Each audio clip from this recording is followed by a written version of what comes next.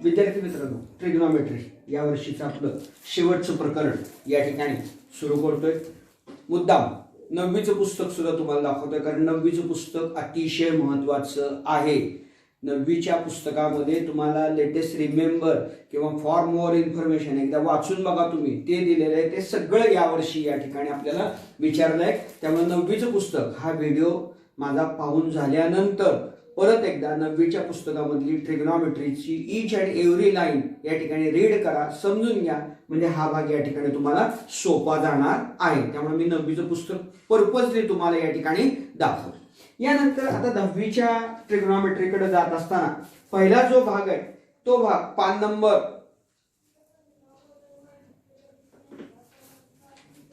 124 वरचा latest recall, आणि हा सगळा त्याचा भाग आहे. एक एक गोष्ट आपण सगळी समजावून घेऊया, आणि मग तुम्ही माझ्याकडनं तुम्हाला काम असेल, होमवर्क असेल, ह्या ज्या फिल इन द ब्लँक्स आहेत या सगळ्या तुम्ही या ठिकाणी भरायच्या आहेत. या सगळ्या याच्यामध्ये उत्तर या व्हिडिओमध्ये या भागामध्ये तुम्हाला दिसणार आहेत. फक्त आपण इन डेप्थ मध्ये या ठिकाणी ते या ठिकाणी आपल्याला सांगता येईल की डिस्कस करत जाणार आहोत, इन्फॉर्मेशन देत जाणार आहोत. त्यामुळे हा भाग अतिशय महत्वाचा आहे. आता बाकी ट्रिग्नॉमेट्री वगैरे बाकी सगळ्या गोष्टीसाठी वेळ न घालवता trigonometry deals only with the right angle triangle. आता ए बी सी हा राईट अँगल ट्रायंगल घेतला आणि बी हा जर त्याचा या ठिकाणी 90 डिग्रीचा अँगल असेल, ए आणि सी त्याचे अॅक्यूट अँगल असतील, तर आपल्याला माहिती की या तीन कोनांच्या मापाची बेरीज 180 पैकी बी चा 90 असेल, ए आणि सी चं माप या ठिकाणी 90 राहील, कारण ह्या कोनाचं माप टोटल 90 असणार आहे. आता बी सोडून म्हणजे राईट अँगल ट्रायंगल सोडून दोन कोन आहेत तिथं तयार झालेले आपल्याला आढळून जातात. एक आहे तो सी आणि हा आहे तो ए. आता मी सध्या सगळं जे सांगतोय तुम्हाला ते रिलेटेड टू सी, आणि म्हणून मी या ठिकाणी अँगल थीटा दाखवलेला आहे. इथं कोणताही अँगल मी दाखवलेला नाहीये. म्हणजे आता मी इथून पुढे ज्या काही गोष्टी I will discuss some things which is related to angle C, that means related to theta. मग आता समजा जर मी या C च्या आणि थीटाच्या संदर्भात तुम्हाला ईच अँड एव्हरी गोष्ट क्लिअर करत असेल, तर आपल्याला सांगता येते की C च्या समोरची बाजू म्हणजे AB, म्हणून इथं अपोजिट साइड असं नाव दिलेलं आहे. C च्या लगतची बाजू की ज्याला ऍडजसेंट साइड म्हणतात, म्हणून BC ला ऍडजसेंट साइड असं नाव दिलेलं आहे. आणि AC ही 90 अंश कोन मापाच्या कोनासमोरची बाजू opposite to right angle triangle, त्यामुळे त्याला हायपोटेन्युस असं म्हटलेलं आहे. म्हणजे या आकृतीमध्ये तीन बाजूंना वेगवेगळी नाव आहेत. Related to angle C which is theta, AB opposite side, BC adjacent side and AC hypotenuse. अशा पद्धतीने या तीन गोष्टी आपल्या लक्षात ठेवणं गरजेचं आहे. आता तुम्हाला जर विचार करायचा असेल तर तुम्ही असाही विचार करू शकता की समजा ए च्या संदर्भात, समजा जर ए हा कोन घेतलेला असेल तर त्याच्या संदर्भात आता ए च्या संदर्भात BC त्याची अपोजिट साइड झाली आणि AB त्याची ऍडजसेंट साइड झाली, आणि हायपोटेन्युस मात्र तोच राहतो, कारण B च्या समोरची बाजू असल्यामुळे. त्यामुळे रिलेटेड टू विच अँगल हे पाहणं अतिशय महत्वाचं आहे. मग आपण तीन गोष्टी या ठिकाणी शिकलेल्या आहेत. पहिली म्हणजे trigonometry related with only and only right angle triangle. Trigonometry फक्त राईट अँगल ट्रायंगलशी रिलेट करते, बाकी कोणत्याही ट्रायंगलशी रिलेट करत नाही. त्यानंतर ट्रायंगल मध्ये आपण पाहिलेले की addition of all angles of the triangle is 180, हे आपण 9वी मध्ये पाहिलेले, 10वी मध्ये त्याचा उपयोग केलेला आहे. त्यानंतर ट्रिग्नॉमेट्री मध्ये राहिलेले जे दोन कोन आहेत त्यापैकी एक आपण निश्चित केलेला आहे, आणि त्याच्याशी संदर्भात त्याची अपोजिट साइड, त्याची ऍडजसेंट साइड आणि त्याचा हायपोटेन्युस या तीन गोष्टींचा विचार केलेला. मागच्या वर्षी, आता मी फार डिटेल मध्ये न जाता, साइन थीटा आपण साइन, कॉस आणि टॅन ही तीन गुणोत्तर मागच्या वर्षी शिकलेले आहेत. या वर्षी आपल्याला तीन नवीन शिकायचे, त्याची रिव्हिजन एकदा घेतोय. साइन थीटा म्हणजे अपोजिट साइड डिवायडेड बाय हायपोटेन्युस. इथं थीटा म्हणले म्हणजे थीटाशी संदर्भातला कोन आहे C, याची अपोजिट साइड आणि हायपोटेन्युस या दोन गोष्टी माहित पाहिजेत. अपोजिट साइड AB झाली, हायपोटेन्युस AC झाला.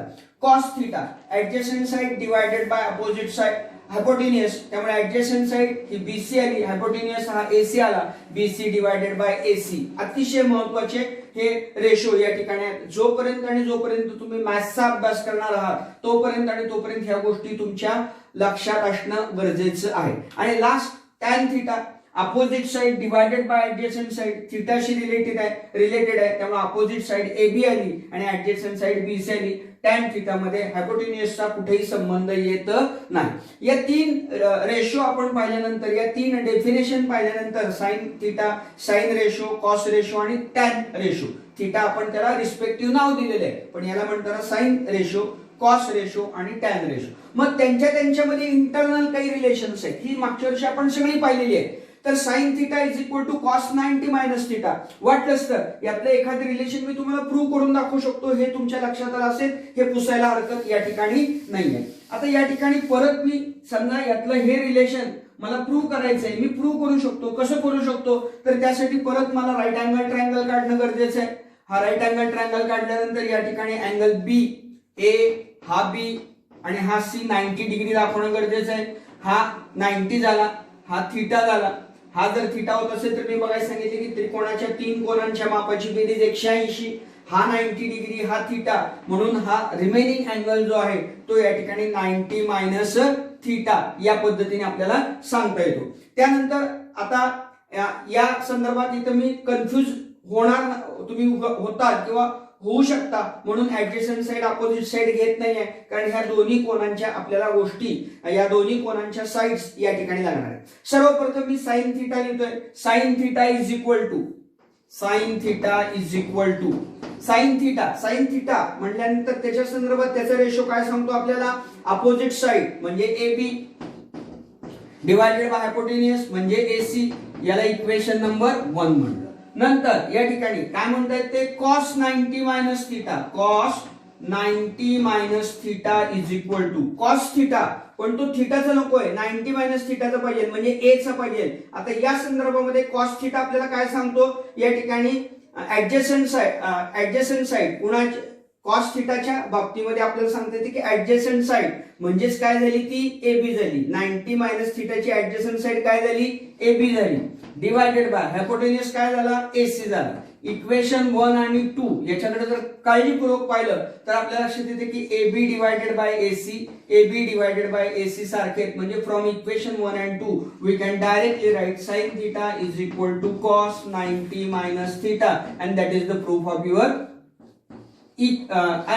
Proof of your question. आणि अशा पद्धतीने साइन थिटाची किंमत ही कॉस 90 मायनस थिटा आपण दाखवू शकतो. सिमिलरली कॉस थिटा पण दाखवू शकतो आणि tan theta into tan 90 minus theta is equal to 1 पण दाखवू शकतो, आणि sine theta divided by cos theta is equal to tan theta पण दाखवू शकतो. ही चारही प्रूफ्स या ठिकाणी आपल्याला मागच्या वर्षीच्या पुस्तकामध्ये भेटणार आहेत. फक्त यावर्षी प्रूफ विचारणार नाही, फक्त हे कसं आलं हे माहित असणं गरजेचं आहे, आवश्यक आहे. म्हणून मी एक प्रूफ या ठिकाणी तुम्हाला सोडून दाखवलेले आहे. ही तिन्ही प्रूफ्स या ठिकाणी कसं आलं हे तुम्ही आकृतीच्या माध्यमातून समजून घेऊ शकता, किंवा मागच्या वर्षीचं पुस्तक रेफर करून या तिन्हीची सिद्धता तुम्ही पाहू शकता. फक्त आपल्याला लक्षात ठेवायची ती आता या वर्षी 10वीला कुणी विचारणार नाही.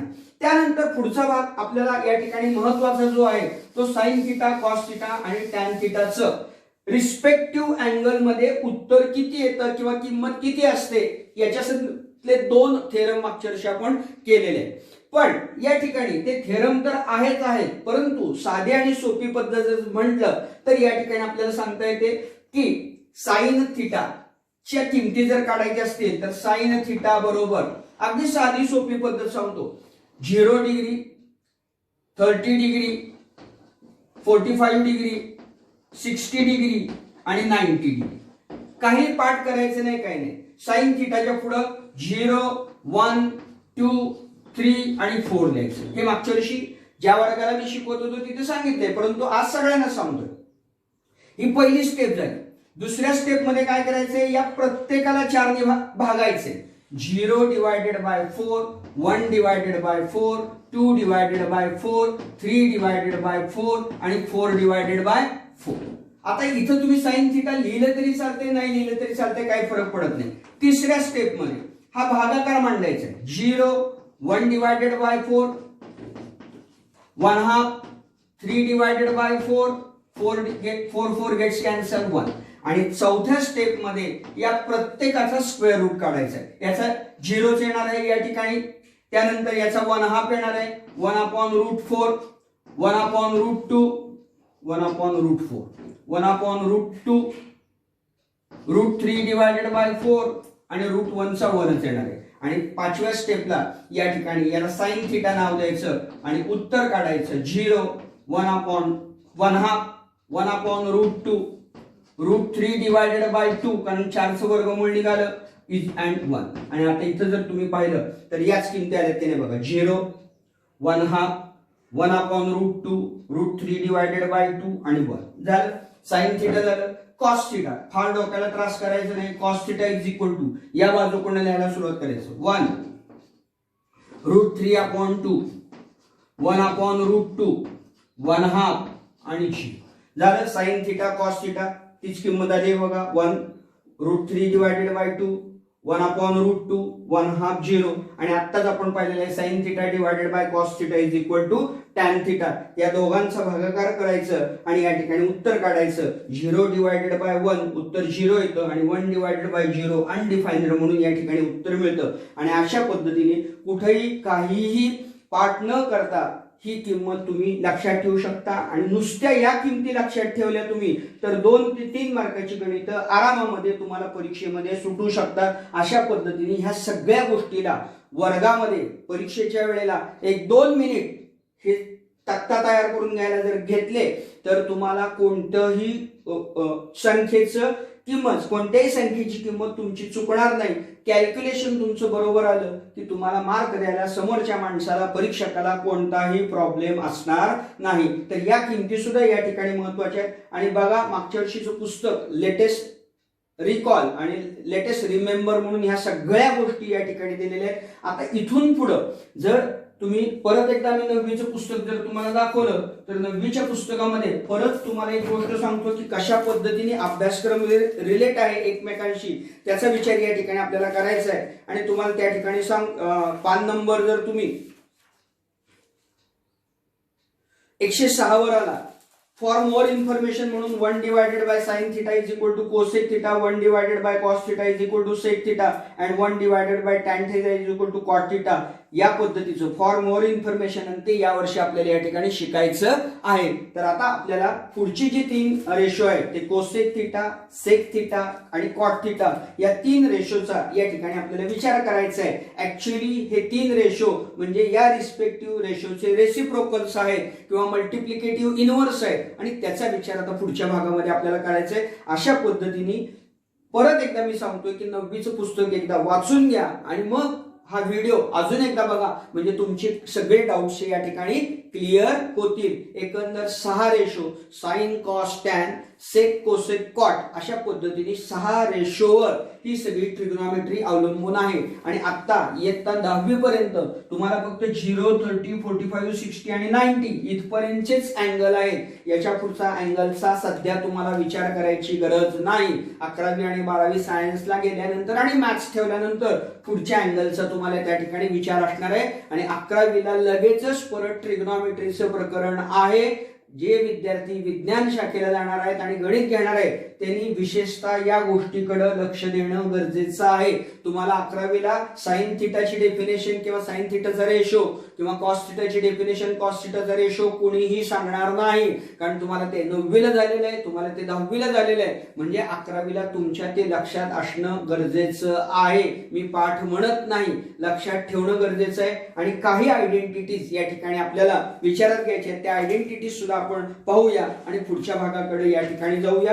रेशो आणि आयडेंटिटीज या 2 महत्त्वाच्या गोष्टी या ठिकाणी आपल्याला सांगता येतात. आयडेंटिटीजचा जर विचार केला आपण तर sine square theta plus cos square theta is equal to 1 ही आयडेंटिटी आपण मागच्या वर्षी प्रूव्ह केलेली आहे.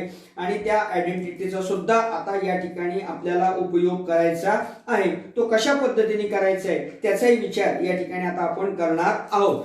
याशिवाय या ठिकाणी 9वीच्या पुस्तकामध्ये पान नंबर 109 वर साइन 0 साइन 90 कॉस 0 कॉस 90 या किमती लेटेस्ट रिमेंबर म्हणून दिलेल्या आहेत. आणि या किमती सुद्धा आपल्या दृष्टीने महत्त्वाच्या आहेत. 1 मार्काचा MCQ मध्ये अशा प्रकारच्या किमती तुम्हाला विचारल्या जाऊ शकतात. तुमचं कन्फ्युजन केलं जाऊ शकतं. त्यामुळे आपण लक्षात गोष्ट ठेवायची की ईच अँड एव्हरी गोष्ट आपल्या लक्षात असणं गरजेचं आहे. आता आपण या वर्षीच्या पूर्ण अभ्यासामध्ये काय काय विचारलेलं आहे त्याच्याकडे आता आपण जाणार आहोत.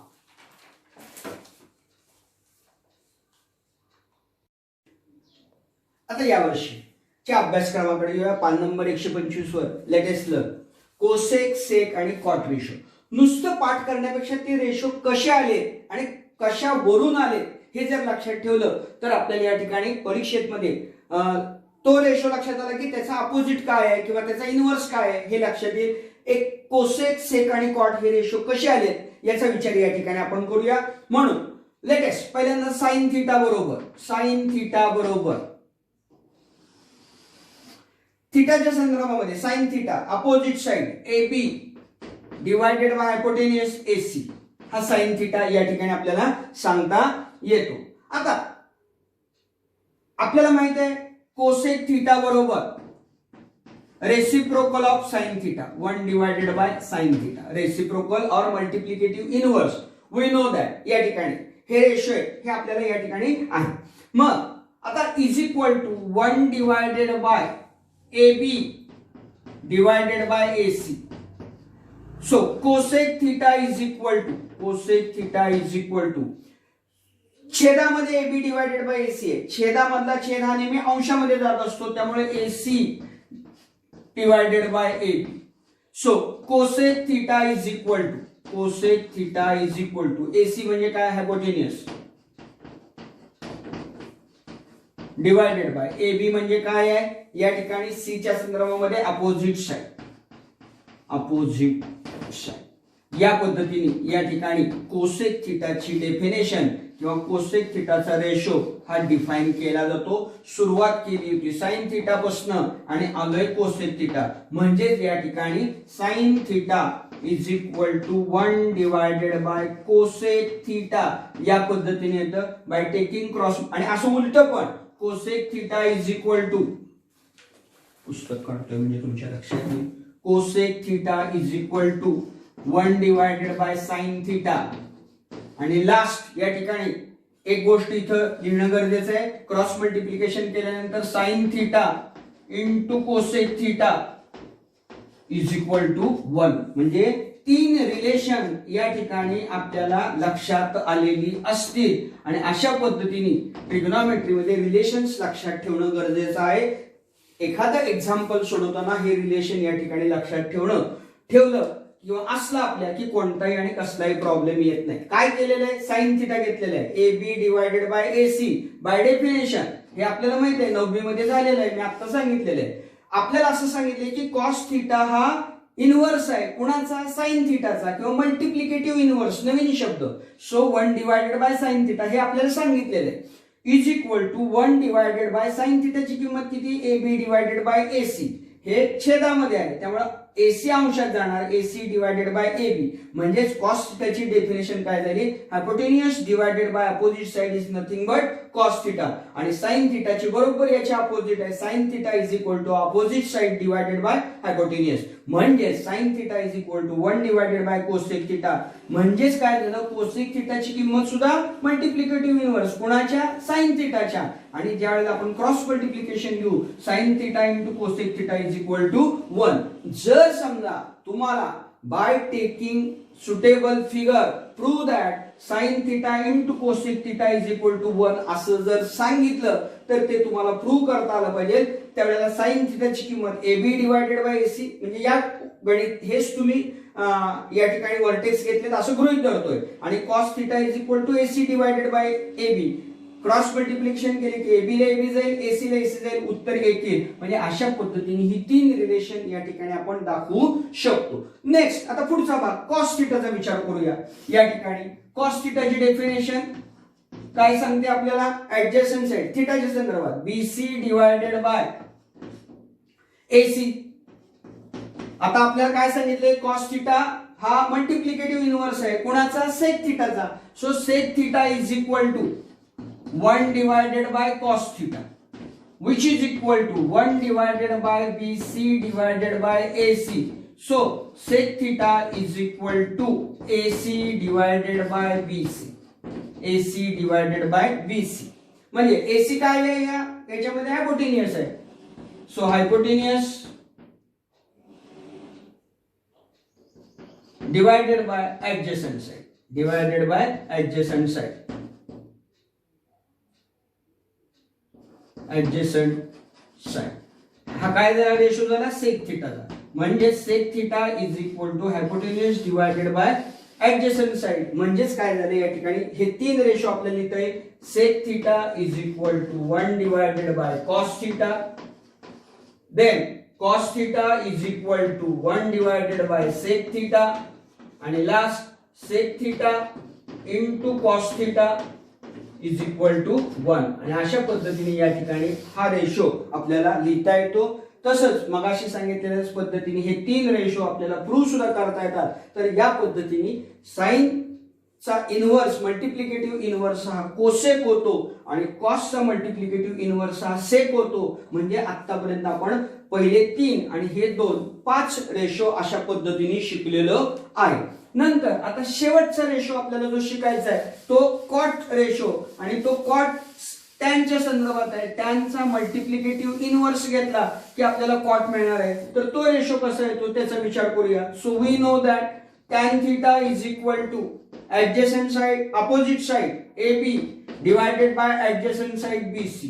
We know that cot theta is equal to 1 divided by tan theta, which is equal to 1 divided by AB divided by BC. So cot theta is equal to BC divided by AB. So cot theta is equal to BC. मगाशी आपण या ठिकाणी याला घेतलं होतं opposite side divided by adjacent side. आता adjacent side divided by opposite side, आणि अशा पद्धतीने हा रेशो या ठिकाणी आपल्याला मिळतो. Cot theta that is the multiplicative inverse of tan theta. Again आपल्याला लिहिता येईल tan theta is equal to 1 divided by cot theta, then cot theta is equal to 1 divided by tan theta, and last that is tan theta into cot theta is equal to 1. तर अशा पद्धतीने हा ratio या ठिकाणी आपल्याला पूर्ण होतो. म्हणजेच या ठिकाणी आपण लक्षात घेतला असं तर पहिले 9वी ला शिकलेलो साइन, कॉस आणि टॅन, आणि आता या ठिकाणी साइन वरनं आपण काय शिकलेलो आहे मगाशी आपण पाहिलं कोसेक, कॉस वरनं सेक आणि टॅन वरनं कॉट. हे सगळे या ठिकाणी मल्टिप्लिकेटिव्ह इनव्हर्स या ठिकाणी आपण घेतलेले आहेत. आणि परीक्षेच्या दृष्टीने हे 3 आणि हे 3 असे 6 रेशो आपल्याला माहित असणं गरजेचं आहे. आणि आता 9वी मध्ये जशी 3 रेशोची किंमत काढलेली होती आपण मगाशी दाखवलं होतं, तशीच आता या 3 रेशोची किंमत सुद्धा आपल्याला काढता येते त्याच पद्धतीने. आणि त्यानुसार या ठिकाणी आपल्याला त्याच्यावरची एक्झाम्पल परीक्षेमध्ये सोडवता येतात. तर त्याचा विचार आता या ठिकाणी आपण करणार आहोत. Trigonometric identity. काय आयडेंटिटी? आता इथे लक्षात घ्या, आयडेंटिटी म्हणजे इक्वेशन. काय इक्वेशन? साइन, कॉस, कोसेक, सेक, टॅन, कॉट याच्यामध्ये इंटर रिलेशन काय आहे का? तर 100% आहे. तर ती रिलेशन्स कशी आहेत त्याचा विचार करा. मग त्यासाठी काय केलं? Consider a right angle triangle ABC. Angle C is of degree theta. याच्यावरून काय केलं आपण? रेशो किंवा डेफिनेशन नंतर sine theta, cos theta, tan theta, cosec theta, sec theta आणि कॉट थिटा या 6 किमती या ठिकाणी काढून घेतल्या. या किमती काढल्यात कशासाठी? तर या किमतींचा उपयोग करून आपल्याला आयडेंटिटीज तयार करायच्या आहे. सो आता या ठिकाणी हा राईट अँगल ट्रायंगल आहे म्हटल्यानंतर by Pythagoras theorem in a triangle ABC, in a right angle triangle ABC by Pythagoras theorem. काय सांगतो theorem? AC square is equal to AB square plus BC square. AB square plus BC square. Equation number 1. आता काय करायचंय या ठिकाणी? पहिल्यांदा dividing both side by AC. Dividing both side by AC square. त्यामुळं AC square divided by AC square which is equal to AB square divided by AC square plus BC square divided by AC square. Which is equal to, आता इथे जर पाहिलं तर AC square gates cancel, त्यामुळे इकडे काय येणार 1 which is equal to, आता मी हे AB divided by AC bracket square या पद्धतीने लिहितो, plus BC divided by AC bracket square. So आता या ठिकाणी AB divided by AC, AB ही किंमत आणि ही किंमत सारखी आहे, दुसरी कोणतीच किंमत नाही, आणि त्याच्याशी रिलेटेड ट्रिग्नोमेट्रिक रेशो कोणता आहे, sine theta. So 1 is equal to आणि त्याचा वर्ग sine theta bracket square plus, आता दुसरी BC डिवायडेड बाय AC, आता इथं फक्त आणि फक्त BC डिवायडेड बाय AC इथे येतं, त्यामुळे याच्याशी रिलेटेड ट्रिग्नोमेट्रिक रेशो कोणता आहे, cos theta plus cos theta bracket square. आणि हेच व्यवस्थित जर मी लिहिलं खालच्या ओळीला तर त्याचं उत्तर असं येतं sine square theta plus cos square theta which is equal to 1. आणि ही साइन आणि कॉस मधली ट्रिग्नोमेट्रिक आयडेंटिटी म्हणून ओळखली जाते, अतिशय महत्वाची असणारी आयडेंटिटी की जी आपल्याला पुढे काय उपयोगी पडणार आहे. तर ती आयडेंटिटी आपल्याला असं सांगते की sine square theta plus cos square theta is equal to 1 written as, इथं हे साइन थिटा ब्रॅकेट स्क्वेअर आहे, तो आपण sine square theta plus cos square theta is equal to 1. अशा पद्धतीने आपल्याला ही पहिली आयडेंटिटी या ठिकाणी मिळालेली आहे. आता जसं साइन आणि कॉस आता यांचा रिलेशन आपण ओळखलं, तर आता दुसरं रिलेशन आपल्याला जे ओळखायचंय ते कॉट आणि कोसेक मधले यांचे रिलेशन काय आहे, आणि सगळ्यात शेवटी सेक आणि टॅन मधलं रिलेशन आपल्याला या ठिकाणी ओळखायचं आहे किंवा शोधायचं आहे. तर आता याच्यासाठी प्रोसिजर हीच आहे, फक्त काय करायचंय तर डिव्हिजन इथं आपण AC स्क्वेअरनी केली, ती जर समजा आपल्याला कोसेक आणि कॉट या दोन मधलं रिलेशन मिळवायचं असेल तर या ठिकाणी आपल्याला डिवाइड करताना किंवा अजून एका पद्धतीने वेगळा आपल्याला करता येते की इथंच या साइनला जर आपण डिवाइड करत गेलो, sine square theta plus cos square theta is equal to 1 dividing both side by sine square theta, तरी आपल्याला करता येईल. किंवा या ठिकाणी AC square plus is equal to AB square plus BC square, याला जर आपण BC ने डिवाइड केलं तर आपल्याला एक रिलेशन मिळेल, आणि AB ने डिवाइड केलं तरी सुद्धा एक रिलेशन आपल्याला मिळेल. परीक्षेमध्ये ह्याचं प्रूफ कुणी विचारणार नाही, फक्त या आयडेंटिटीज महत्वाचे आहेत. त्यातली पहिली आयडेंटिटी आहे sine square theta plus cos square theta is equal to 1. आता दुसऱ्या आयडेंटिटीज आपण विचार करूया, आपण पुस्तकाप्रमाणे जाऊया या ठिकाणी. म्हणून sine square theta plus cos square theta is equal to 1 हे आपण आता शोधलेले. Divide each term by sine square theta, so sine square theta therefore sine square theta divided by sine square theta plus cos square theta divided by sine square theta is equal to 1 divided by sine square theta, 1 divided by sine square theta. प्रत्येकाला sine थिटाने आपण sine square थिटाने divide केलं, cancel झालं. 1 plus, आता इथे मी लिहिताना cos theta divided by sine theta bracket square is equal to 1 divided by sine theta bracket square. आता 1 divided by sine theta, 1 divided by sine theta या दोघांमध्ये रिलेशन आहे. साइन थिटाचा 1/2 जेव्हा मी करतो, रेसिप्रोकल 1/2 नाही, रेसिप्रोकल जेव्हा करतो त्यावेळेला मला कोसेक थिटा येतं, आणि cos theta divided by sine theta म्हणजेच कॉट थिटा आला. म्हणजेच या ठिकाणी मी असं लिहू शकतो की cos theta divided by sine theta is nothing but 1 plus cot theta bracket square plus या ठिकाणी is equal to cosec theta bracket square. आणि हेच व्यवस्थित जर लिहायचं म्हटलं तर 1 plus cot square theta is equal to cosec square theta, and that is the identity number 2 की जी या ठिकाणी आपल्याला कॉट आणि कोसेक यामधलं रिलेशन या ठिकाणी दाखवते.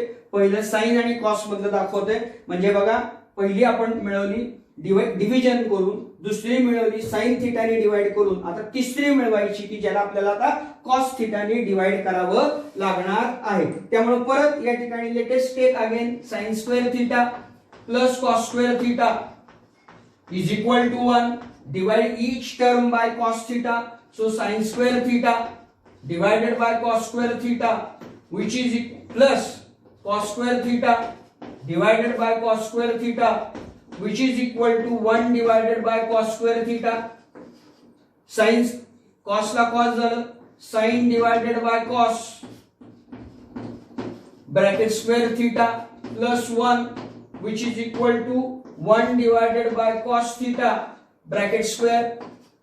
आता आपल्याला माहित आहे sin divided by cos म्हणजे या ठिकाणी काय येतं, tan येतं, tan theta which is bracket square plus 1 is equal to आता cos आणि sec 1 divided by cos theta म्हणजे sec theta is equal to sec theta bracket square. हेच व्यवस्थित लिहिलं तर tan square theta plus 1 is equal to sec square theta आणि हेच जरा व्यवस्थित लिहिलं तर 1 plus tan square theta is equal to sec square theta. अशा पद्धतीच्या तीन आयडेंटिटीज या ठिकाणी आपल्याला मिळतात. पहिली आयडेंटिटी रिलेटेड विथ साइन आणि कॉस, दुसरी identity related with cos cot आणि कोसेक आणि तिसरी आयडेंटिटी रिलेटेड विथ टॅन आणि सेक. या तिन्ही आयडेंटिटीज या ठिकाणी परीक्षेच्या दृष्टीने आणि एक्झाम्पल सोडवण्याच्या दृष्टीने अतिशय महत्त्वाच्या आहेत आणि आपल्याला लक्षात येईल की आपण ज्यावेळेला पुढचा प्रॅक्टिस सेट सोडू त्यावेळेला ह्या गोष्टी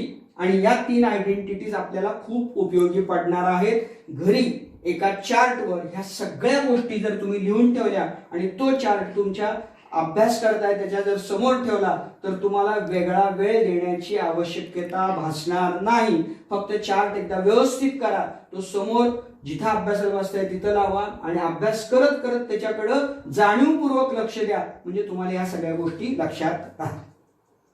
आता ट्रिग्नोमेट्रिक रेशो साइन कॉस आणि tan sine theta divided by cos theta हे सगळं इयत्ता 9वीला तुम्हाला झालेलं आहे. मागच्या याच्यामध्ये मी ते सगळं सांगितलेलं आहे, त्यामुळे याच्याबद्दल डिस्कस करत नाहीये.